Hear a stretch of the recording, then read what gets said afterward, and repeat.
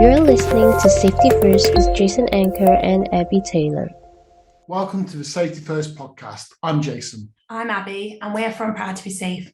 Together with the team at WSHAsia, this podcast will be the platform where stories are shared, including safety tips and advice you can use in the workplace. If you know someone who has a story to tell, Safety First is here to help you by giving you a voice. Please get in touch. Safety is our top priority.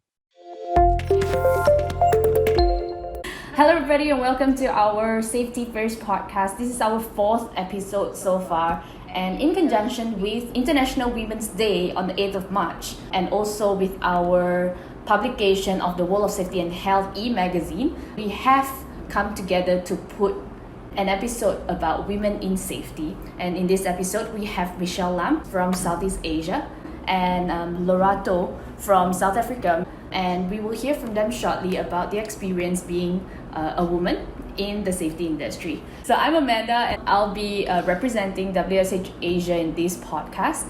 Together with my colleague Kajol, we will be putting together this podcast for all of you here. Welcome to the podcast, Michelle. Hi, Michelle. Hi, Lorato.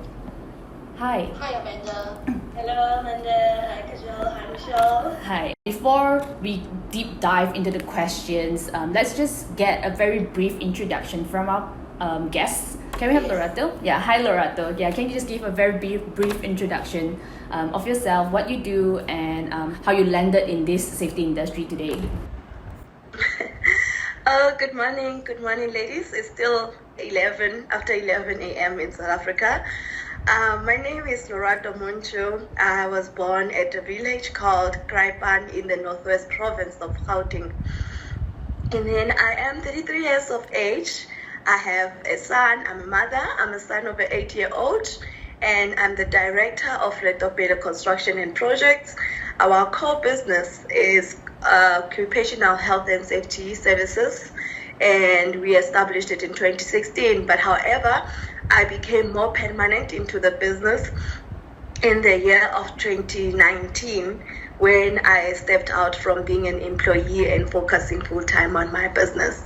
So yes, I got into into the safety industry because I love working with people. I love seeing people being safe, being taken care of, and being taken like human beings, you know what I'm saying? So I love taking care of people and love a human being, basically. So yes, the industry is quite well. I'm very much in love with the industry, and I'm planning to grow even more. Thanks, Lorato. We'll hear from you. Have a lot of questions for you. But before we go into more questions, Michelle, would you like to introduce yourself, please? Good day to all. So I'm Michelle. I'm in Singapore itself, a very small country. I believe everyone knows where Singapore is, the red little dot on the world map. So I'm currently working with ThyssenKrupp, a German MNC company. I head the OSH function, looking after the whole Asia Pacific, India, and Middle East region. So I started off in 2005 as a junior.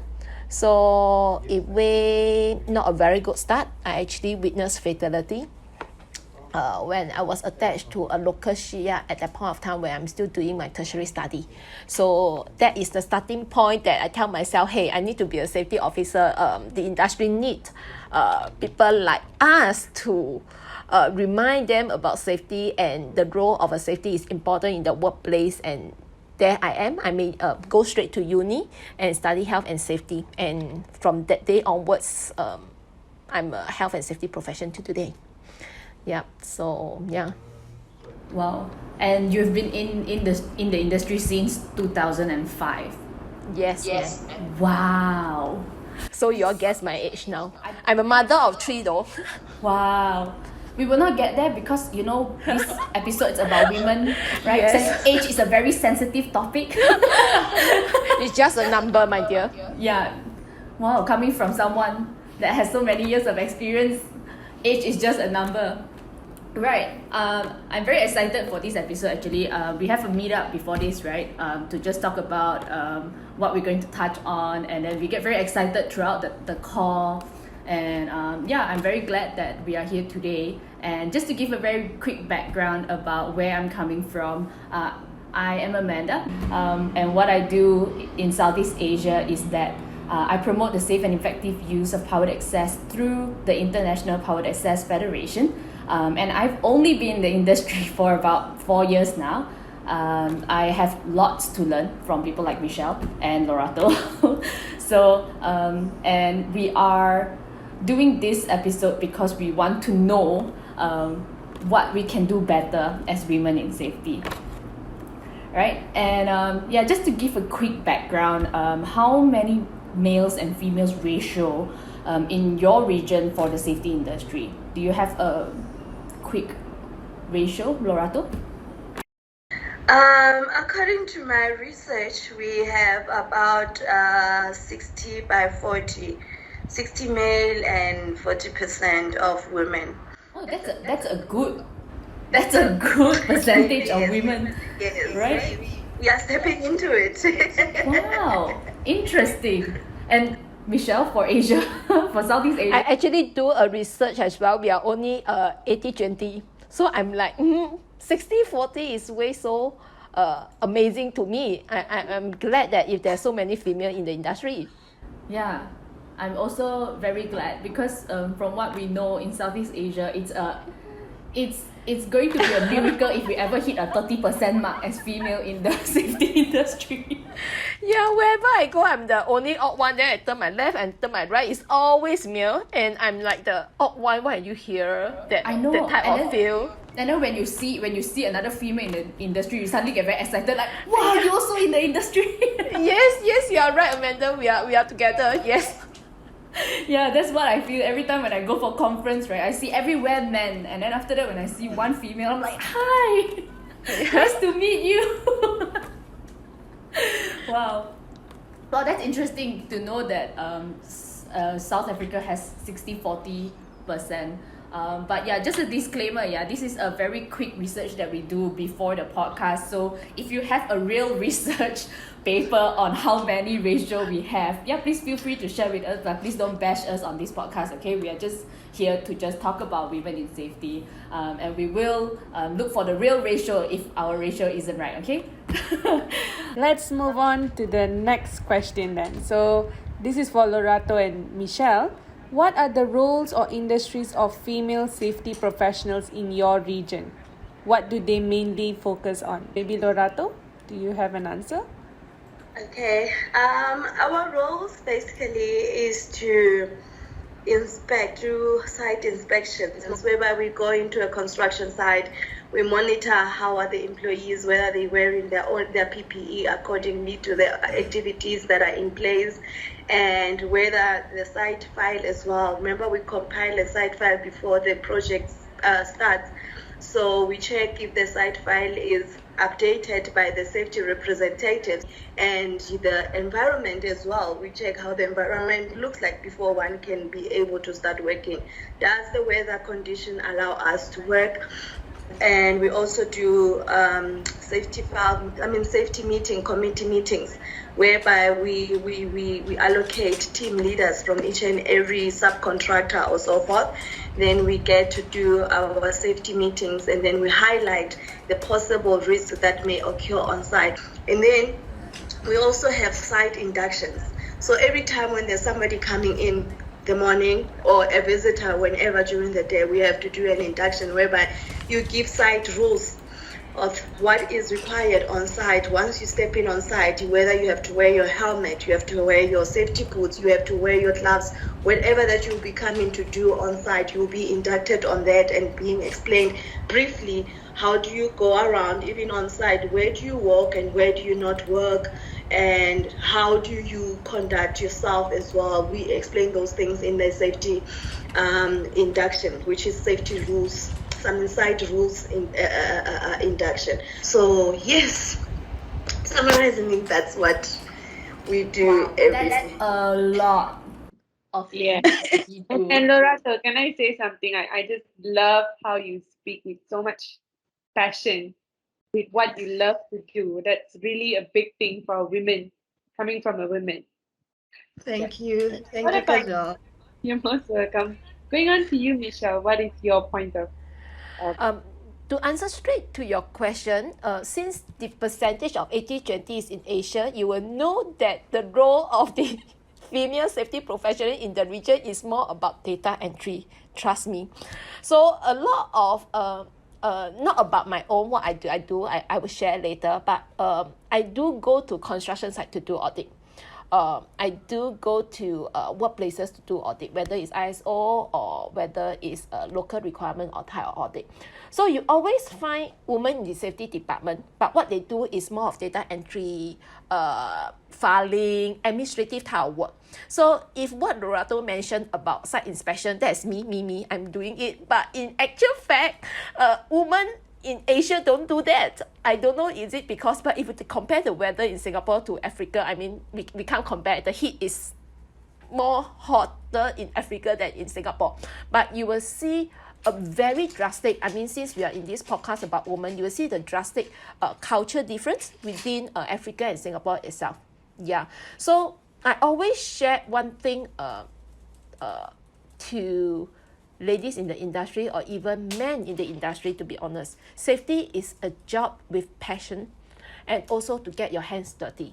It's not about data entry, doing up your risk assessment, looking at SDS or whatever. It's really getting your hands dirty, go down to the ground, what Lorato mentioned, do a toolbox meeting, inspection, talk to the guys. This is what that's how I start off as a safety officer when I'm doing in the oil and gas industry. For my past year, I've been in the oil and gas industry, only later part where the oil and gas is not doing well. So that's where I move out from the oil and gas industry. So it's very different, trust me. Wow, okay. I heard from both sides, right? And I'm like, wow, there's so many things we can do in the safety industry as women. And I kind of agree with Michelle because I too have the opportunity to look at sites. But what I do in IPAF is that we go to the site and we evaluate whether this site is good for training or not. Because at IPAF we provide training, right? And I honestly feel I'm very privileged to have this, to get to the site and try it out, right? But at the same time, I also believe and I see that there are many women that didn't get this opportunity to see it or to experience it themselves. So what do you have to say to organizations that are not empowering women enough and giving them the chance to do this, like to go out and get your hands dirty, because they have these set rules for women and like, oh, they're better in the office, they're better at data entry, they're better for admin work, but we can definitely do site inspections as well, right? So what advice do you have to give? I think Michelle will feel this a lot, right? Lorato, what advice would you give for our community here to be more empowering for women to go on site inspection at least, right? Tell them that it's okay. Tell us that it's okay. What I can see, Amanda, is that as women, we do things according to the book. We don't like taking shortcuts. We don't like trying things that we have never seen before. We will rather do what we know that this book says it's safe to do it in that way. And I bet 100% of the time, we always get it right. Yes, we are not perfect, but because we take what we have been taught and we apply it from where we are, and we get it right. That's what they should know. We will get it right and we will take their projects to the next level. Woman is more detailed. We look into things more detailed and more precise. Of course, like what Lorato mentioned, we are not fault finding. I mean, when we intend to find things that we are more detailed and we tend to be more patient. So that is the advantage of women, I would say. And multitasking. I think this one is made known to the fact that woman is more multitasker compared to a man.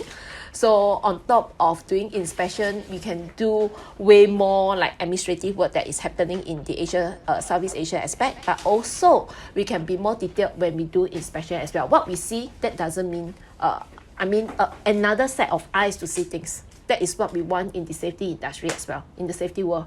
So we can give recommendation at a different perspective as well. Yeah. Wow, okay. I'm like very overwhelmed and very excited to see after this episode goes out, right? How many company that's gonna come in and say and give us comments. But most importantly, I just want to make another disclaimer here. This podcast, right, is not for us to hate any man or hate any organization, okay? We are here to just celebrate, especially women in safety this month. So we're not here to say, hey man, you guys are bad, because honestly, I have had a fair share of very, very good male colleagues, be it from the head office in UK or in Singapore and Southeast Asia itself. And it makes the industry all the more fun to be in, with a mix of male and female. I'm not saying that the world should be dominated by female after this, no. We need men though, Amanda. We need men in the industry though, to support as well. I mean, in certain, let me share. So when I'm in the shipyard, there's certain vessels do not allow female on board.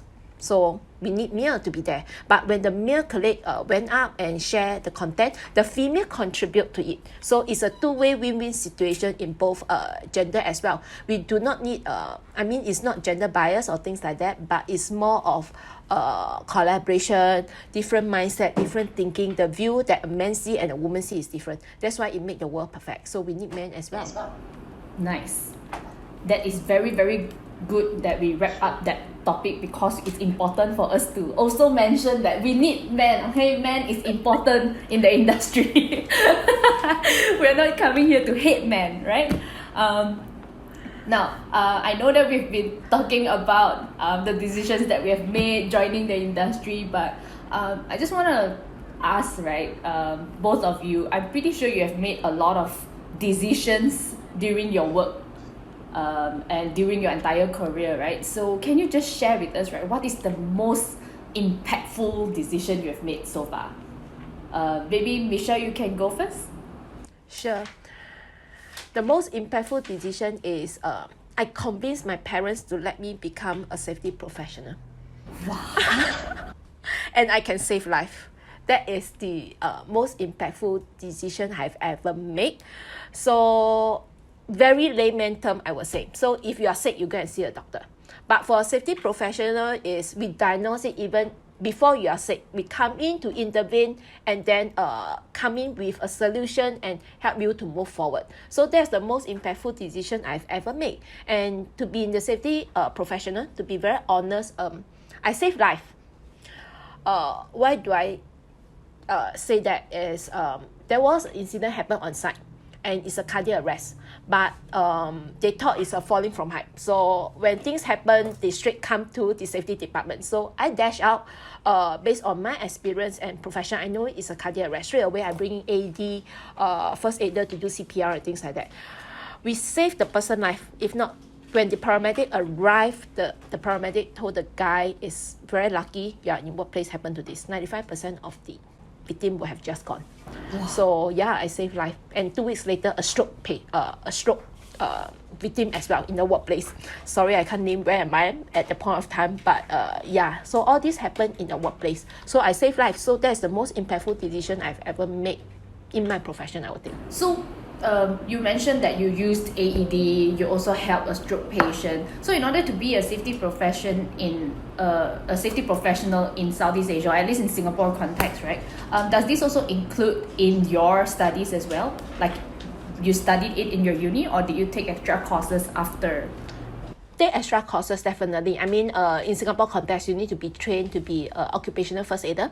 So that is being licensed. So every 2 years, you need to refresh yourself and then get yourself do the theory and practical again to refresh how you work on AED and CPR. So that is on top. It's not a must that a safety professional or safety officer need to have that. But in workplaces, usually you need that as a basic knowledge, I would think, because you save life. Yeah, so I told a lot of safety professionals we are more impactful than a doctor. So yeah. I hope that can convince young graduate or even teenager to move into this profession? Hi, Lorato. Hi, Lorato. I think the place that we stopped was like, what was the most impactful decision you've made in your safety profession, and why do you think it's the most impactful one? The most impact decision that I had made was to decide to move into business full time and do consultations full time. The reason why I took that decision instead, I wanted to start building a solid foundation and start finding the right networking channels where I can be able to start sharing ideas with the people that are currently in the industry. One other thing is that I want to create opportunities for the next upcoming safety officers as well by creating OSHA's internships, because here in our country it's very rare to find OSHA's internships. You'll find engineers, you'll find civil engineers, mechanicals and so forth. But coming to occupational health and safety, none. There is just none of so whatsoever. Yes, Michelle, what are the challenges have you faced as a woman in the safety industry? Have you ever encountered any gender biasness? Maybe you can tell us a little story. To be very honest, I think it's very fortunate for women to be in this industry since it's 80-20 and we are always surrounded by men.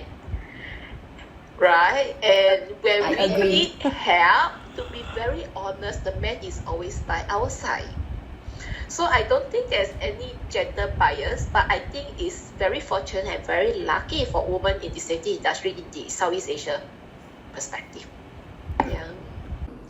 Yeah, I agree. But do you also encounter like any not very nice things about being a woman in? All of us, I think we have our own share of stories. Yeah. Okay. Please, Kajol, you have any story to share with us?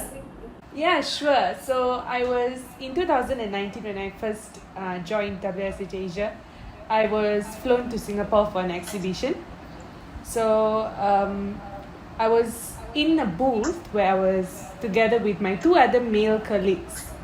But unfortunately, during the time when I was explaining to men who passed by, basically all of them were men, asking about what we do. So I'm a writer. So I was talking about what I was writing about and how I help to share knowledge. So there came this individual who was a man, of course. He walked past me. My friends, actually my colleagues, they wanted to answer his questions to whatever he had questions for. And he just walked past me again and he said, "Excuse me, didn't you see me? You're a woman, right? I think you can stand and answer me. Like, can you please tell me?"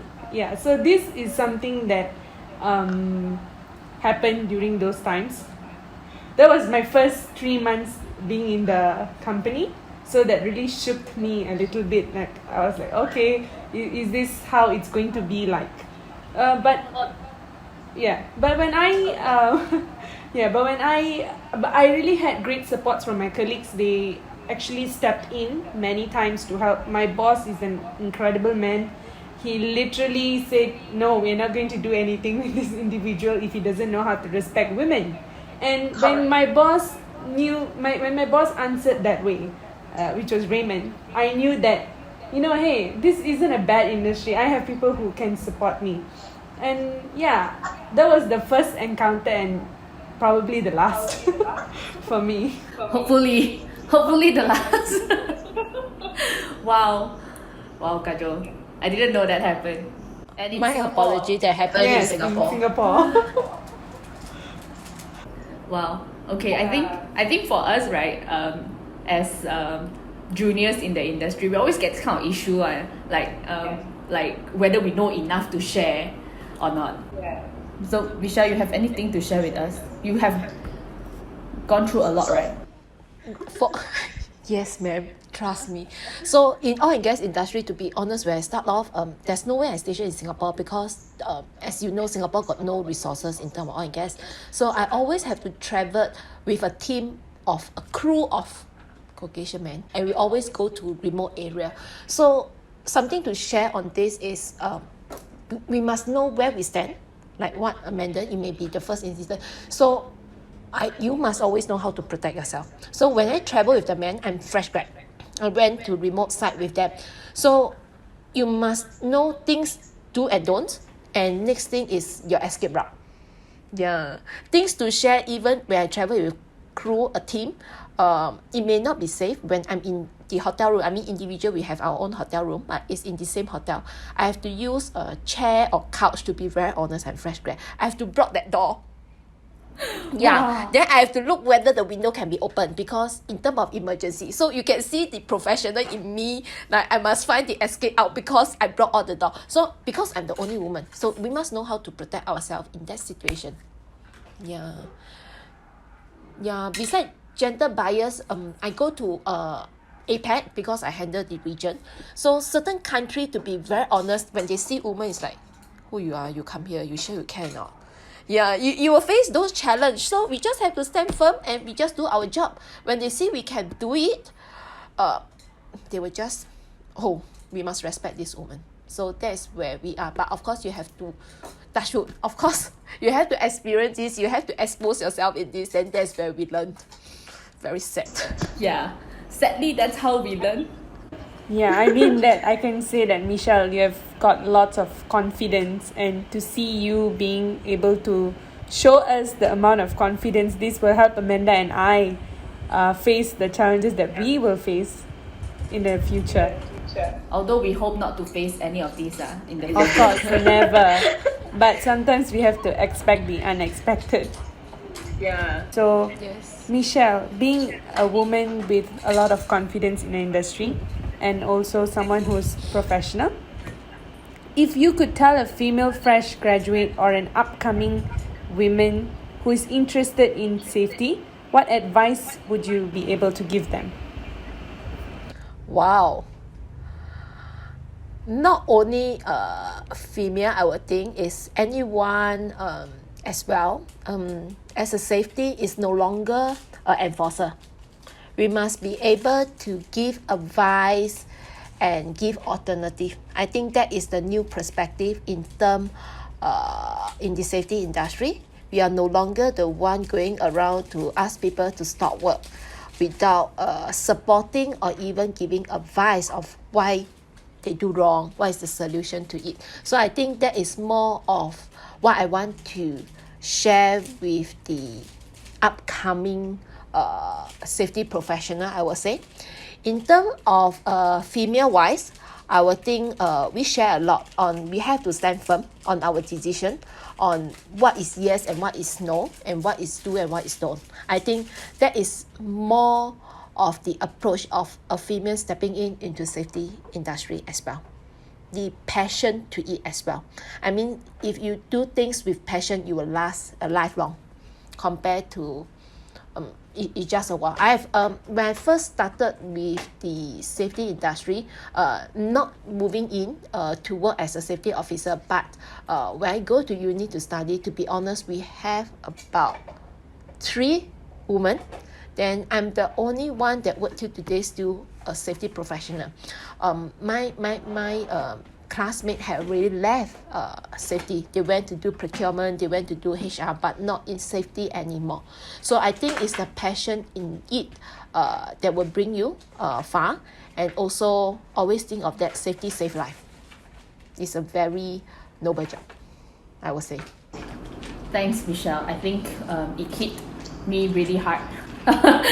Especially the advice about safety, saving life. It's very touching, or it hits me whenever people thank us for saving lives, or when we share a certain safety message that nobody knows about or rarely people hear about. And I think that makes our job all the more meaningful. Yes. I was recently on Singapore news interview. I shared this statement, which I think is very meaningful as well as this professional. It's in Chinese, but I'm going to like do a layman translation to it. As a safety professional, we want everyone, every worker, every employee to happily to come to work and safely go home. That is our main aim and objective as a safety professional in the industry. I think that message out there will convince our young listeners to pursue a career in safety. I think that's what got me going, and that is what is going to continue in me in the future. Same goes to Kajol. Kajol writes for a safety industry, so she has to be having that blood and fire to save people's life through her words. Yeah, I never knew that my passion will be so much into safety until I landed on this job 3 years ago. Yeah. So with that, I think we are good to wrap up this episode. So thank you so much, Michelle, for joining us, and Lorato.